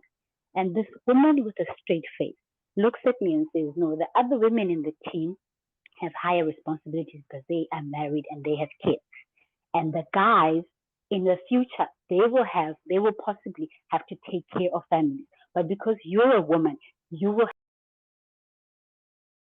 have a husband who will take care of you. And I was floored, So as young people, realize that sometimes the people that might stand in your way are other women. But as Pinky said earlier, recognize your ability and use your voice to voice out your ability to say, no, I am worth more than this. I'm worth more than you reducing me to, this little group of somebody who's going to be taken care of by somebody else because you feel like I'm not worthy of, certain things. So realize that those people can actually be your hindrance, and if need be, get out of the space and move into something else like Gamo did, where she started her own venture. If that is the path that you need to make, then make that path, but don't ever let anybody else reduce you to sort of a little corner to say this is where you belong and that's where you need to go. So that's my 2 cents worth. Thank you, ma'am. Thank you for those powerful words. I think most of us can relate, especially when it comes to using our voices. I mean, you'll end up being labeled, the angry woman or the angry whatever. But unfortunately, that's the extent to which you need to go. Just keep going. Just keep talking. The labels will be there, but you'll end up getting hurt at the end of the day. I think Pinky wanted to come next, and then we are going to have Greta after Pinky. Thank you, thank you. Wow, for you taking the words out of my mouth. It's just such truths. Just to expand on that, because that's a point that I wanted to raise as well, is in terms of the people not making a seat at the table. It always kills me when there'd be like this token black woman or a woman, even if they're not necessarily black, or like a token black, because I do think we need to pass down the ladder to others. So I'm very passionate about that. But just going back and maybe Mama, I'm just speaking out of turn because this is not my space. I don't want to take over. Perhaps we need to have like another one of these sessions. I think it's been very impactful. There is still so much to unpack. Like there isn't enough time. There is so much that we need to discuss that affects women. And for example, if you look at crypto, there's all these altcoins, and I've joined a number of these crypto specific spaces. The other day I heard somebody talking about Demand Bluff, which is a crypto coin in South Africa. Like, you know,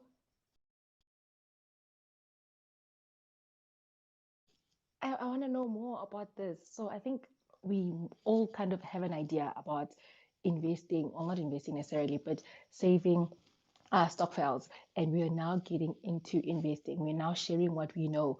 But guys, seriously, people are falling for these scams. And I need somebody, preferably a female voice, that can tell me, do you hunt bluff? Is it a serious coin? Is it like the Bula coins? Is it a scam? Because that's what we need to have. That's how we need to have these discussions, because these WhatsApp groups are sometimes people just post nonsense. So yeah, if somebody out there knows anything else, please share with us. And yeah, guys, thank you so much to all the ladies, not guys, to the ladies that have participated, to the ladies that have spoken. I've learned so much. I've got more insight into all of you. And some of you I don't know offline. So it's always good to put a voice to the particular name or Twitter handle. Thank you. And good night, because probably I won't talk again after this. Thank you, Pinky. Greta, you are next. Thank you. Thank you, Mamo.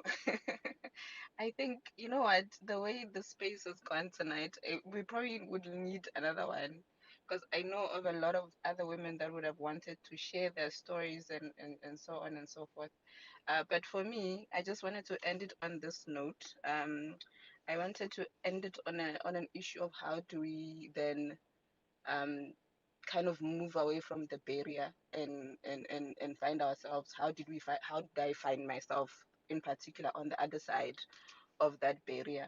And for me, it spoke to an issue of having access to information. I had to research in terms of, okay, I'm saving, I have a fixed account and all of those things, but how do I make sure that my money is actually really working for me? And that's when I researched. I found the one that we always speak about, the one that we had on a space yesterday. That is EE. Obviously, it has opened a lot of doors for a lot of us, in terms of access. it's been easier to it had made the journey so easy for a lot of us to start investing very little money that we had. I started my journey. Obviously, I was like, I had a recurring debit order of like 500 rand or something like that, and the first thing that I bought was some ETF that I did on a monthly basis, when my salary was still very, very little. And so, and with that, it then did it was a roller, it was, what is this, a snowball effect in terms of, then now I was able to open accounts for all my siblings, my daughter and my mother. And it speaks to what I wanted to indicate, which it starts at home sometimes. A lot of times it should start in your households. Those are the people that are right next to you. Impact them first. Make sure that you teach them how they can overcome. You start with them first. Like they say, but charity begins at home. So that is how I started. And then I decided, okay, my siblings, I set up their monthly things, and so that is how I was able to overcome. And obviously, this is the process that I'm utilizing to build generational wealth for my family and to secure their future. Thank you. I think that will be my contribution for the day. But we definitely need to have another one of these spaces, because I think there are a lot of voices that still need to be heard. Yeah, thank you, and good night. I'm still Thank here, you. but good night. Thank you so much, Greta. I agree. I mean, this is such a huge topic that needs a lot of time. But I believe that this is a start. Obviously, it's been 2 hours on, guys, and it is during the week. So I think we can have Kamu, Lati, and Kelejo just have final words, and then we can wrap up.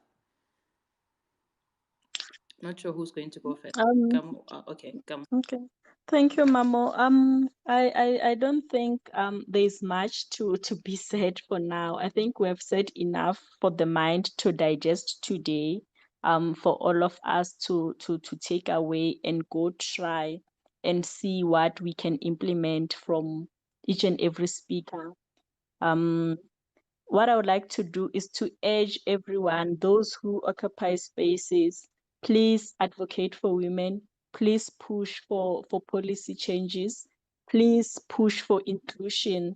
Let's do our part in transformation. Let's do our part in breaking barriers. Let's not what did Mpo say? Let's not block other females, um let's pave the way forward and advocate for other females, and let's just be kind to each other. Thank you and good night. Thank you, Kamu. Lati, you are next, and then Kelejo will have the final word. I think my closing remarks always refer to what I always say. There is enough space for everybody to become great, to remain great, to continue being great. I think as a closing remark, we are imperfect. That's why we are having this space. And I think on a bigger note, let's keep on fixing each other's crowns, because we are all queens in our own magnitude, right? So guys, I sleep nicely, sleep tightly. Kube lit ekhaya, guys. Thank you so much for having me. Cool. Kelejo.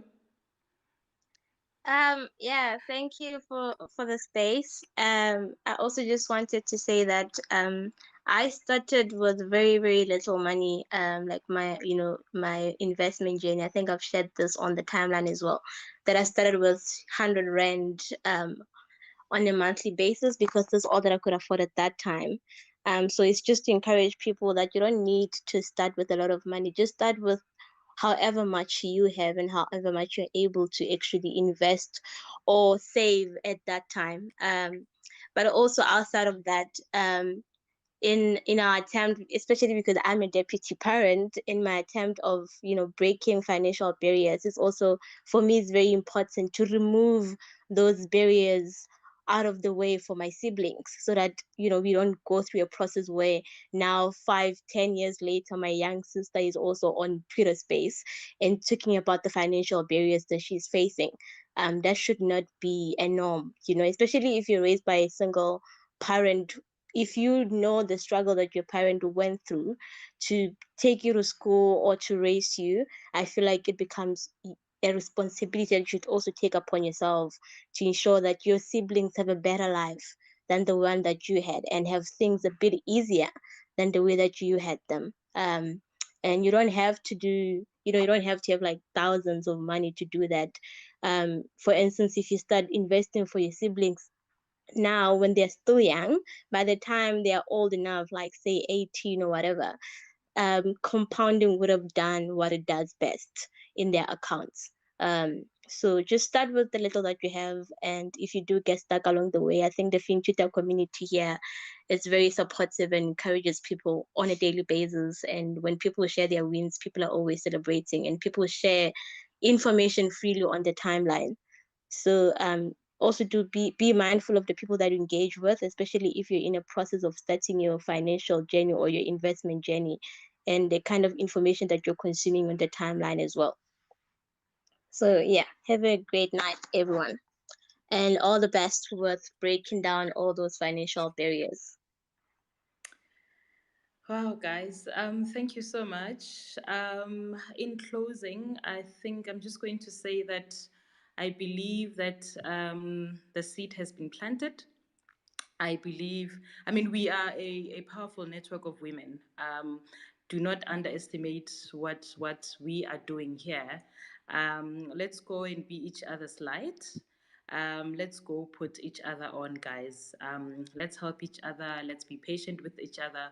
Let's be gentle with each other, and continue asking those questions. Don't be shy.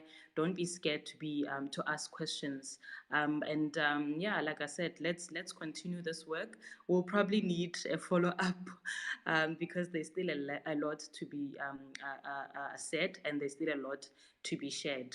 So hopefully we'll see you again very soon. So thank you so much for everyone for attending. I am humbled by this support. And yeah, have a good night. Until next time. Good night, guys. Night, night, love.